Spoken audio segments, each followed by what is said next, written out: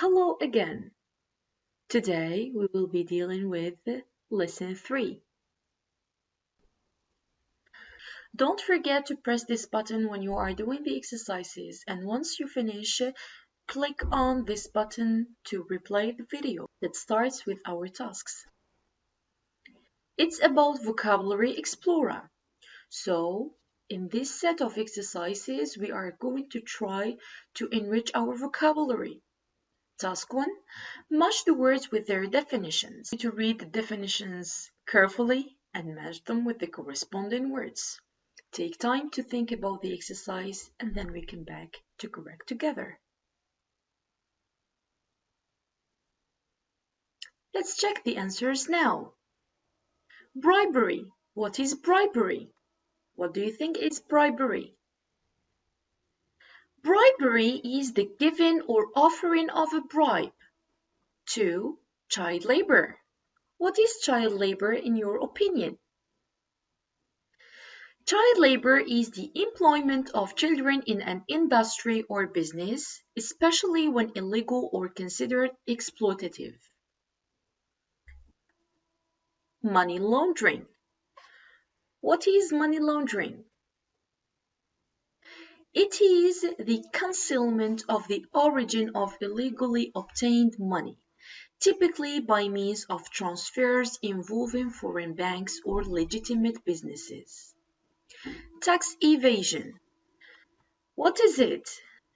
Yes, tax evasion is the crime of deliberately not paying all the taxes that you should pay. Nepotism is the practice among those in power or influence of favorite relatives or friends, especially by giving them jobs. Good job. Let's go to the second task. Task 2. Fill in the gaps with the words given. As you can see here, you have 2 passages with blanks. So try to read the passages and fill them with the correct word to get a coherent passage at the end. Take time thinking about it and then we start answering together.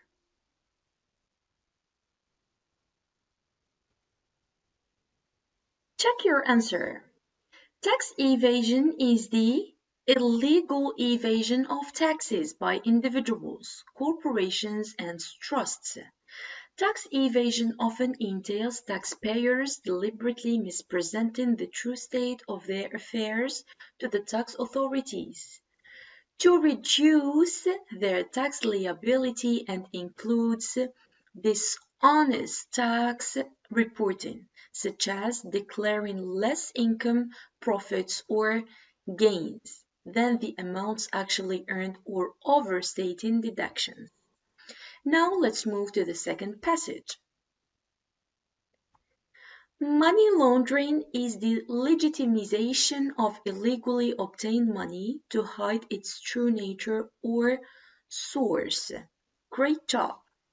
Money laundering is effected by passing it superstitiously through legitimate business channels by means of bank deposits, investments, or transfers from one place to another. You have done well. Let's do the coming task. Task 3. Complete the following chart. As you can see here, you have a chart in which it contains verbs, nouns, and adjectives. I would like you to do the task and then come back to do it together.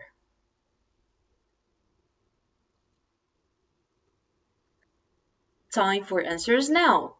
We have the verb to abuse. The noun is abuse.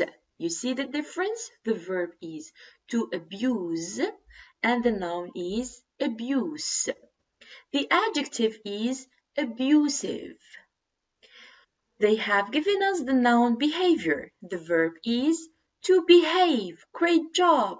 The adjective then is behavioral. Thank you. Let's move to the third one. We have the noun corruption. The verb is to corrupt, and the adjective it can be corrupted, corrupt, as it can be corruptive. All of these answers are true. Let's go now to the next word. The adjective bribeable, the verb is to bribe. The noun, it can be bribe, as it can be bribery. Both are correct. Offending, the adjective offending. The verb is to offend, and the noun is offense. Let's see the next one. The noun finance. The verb is to finance, and the adjective is financial. Economy. The verb is economize. The adjective is economical or economic. Let's see the last word. Threatening. The verb to the adjective is to threaten, and the noun is threat. Thank you for your answers. Let's go and do the next task together. This is my fun part, which is about phonetics. Let's play a little bit. Let's start with our fun part, pronunciation. Our today's lesson is about word stress. I would like you to listen to me and put the stress on the syllable you hear most in each of the following words. I would like you to grab a paper and a pen, make pause to the video, write the words, and listen to me. Economic, economic, economical, historical, statistics, narcotics, pandemic. Take time to put stress and then we correct together. Time for checking answers now. Economic. What is the stress syllable in your point of view? That's right. Economic. Economic. Second word, economical. Stress is on the third syllable. Next word, historical. Stress is put on the second syllable. Historical. Statistics. Statistics. Again, I'm stressing on T. Narcotics. I'm stressing on K. Narcotics. Pandemic. Pandemic. And here I am stressing on D. So, the rule to these words, when having words ending with ik or equal, as you can see here, stress is always put on the penultimate syllable. What is the penultimate syllable in your point of view? Can anyone answer me? Yes, the penultimate syllable is the second syllable from the end. So you take the word, you divide it into syllables, you start from the end of the word and you count one syllable, the second syllable, and you put your stress. This is the rule of our word stress for today. Let's go and see the next task. Here it is with the writing development. So now let's deal with the writing development. The tasks that I'm going to provide you with are pre-writing tasks. I will help you throughout these tasks to build your paragraph. Okay? So let's start with task 1. Reorder the following sentences to get a coherent paragraph. We have sentences A to E. Try to read them carefully, reorder them, and then we come back to correct together.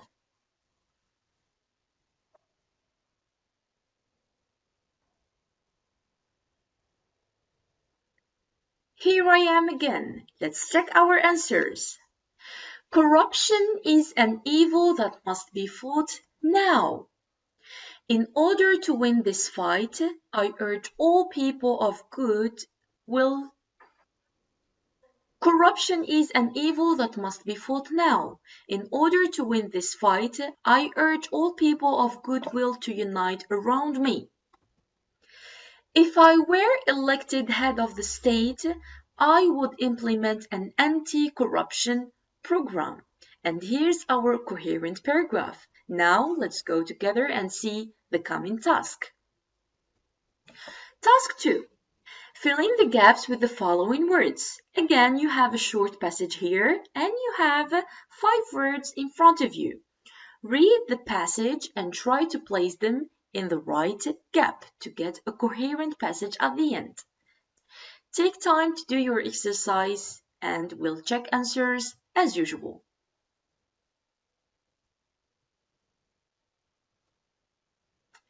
Check your answer. I'm here, I'm back. Let's check answers together. Let's start doing our task. To conclude, I tell you, fellow countrymen, that we had better take all measures to fight corruption. I urge you again to elect me. Vote for honesty, vote for me. Great job! Let's move to the next task. Task 3. Match the headings with their corresponding notes. The anti-corruption program of the head of the state. Now, as you can see here, we have the headings and the notes. I would like to read both of them and do the matching. Take time to think about it and then we correct together.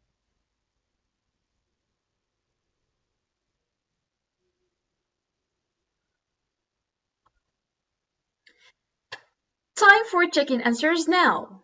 So, the first heading. Pass stringent regulations and rules. The notes. Pass laws to stop corruption and embezzlement. 2. Fight tax evasion.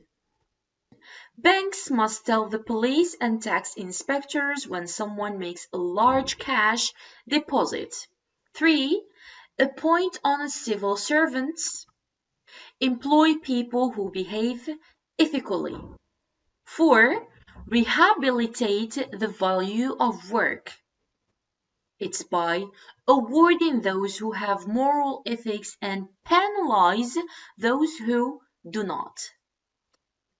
You have done well. Let's now go and try to build our public statement. Let's move to homework.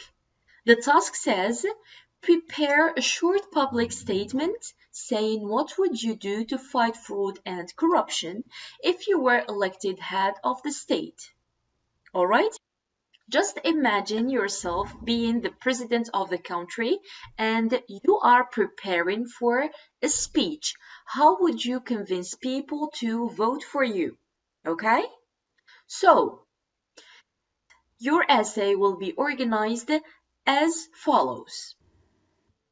The introduction is going to be about the paragraph that we have done together in task 1.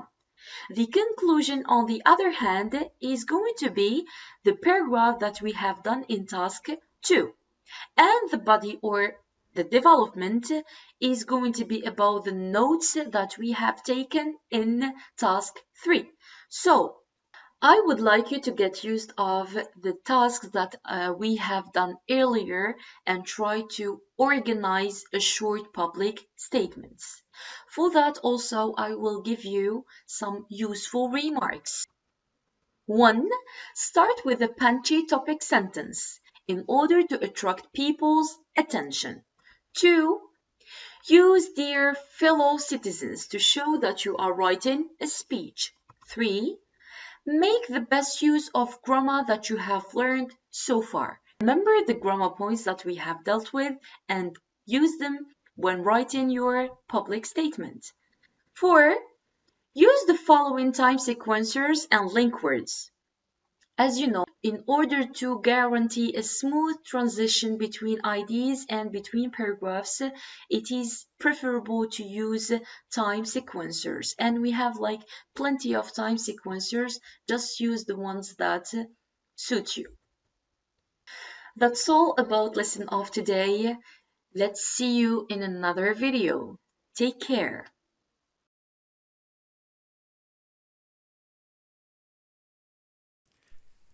شكرا على المشاهدة. لا تنسوا الاشتراك في القناة، الضغط على الجرس، الإعجاب بالفيديو.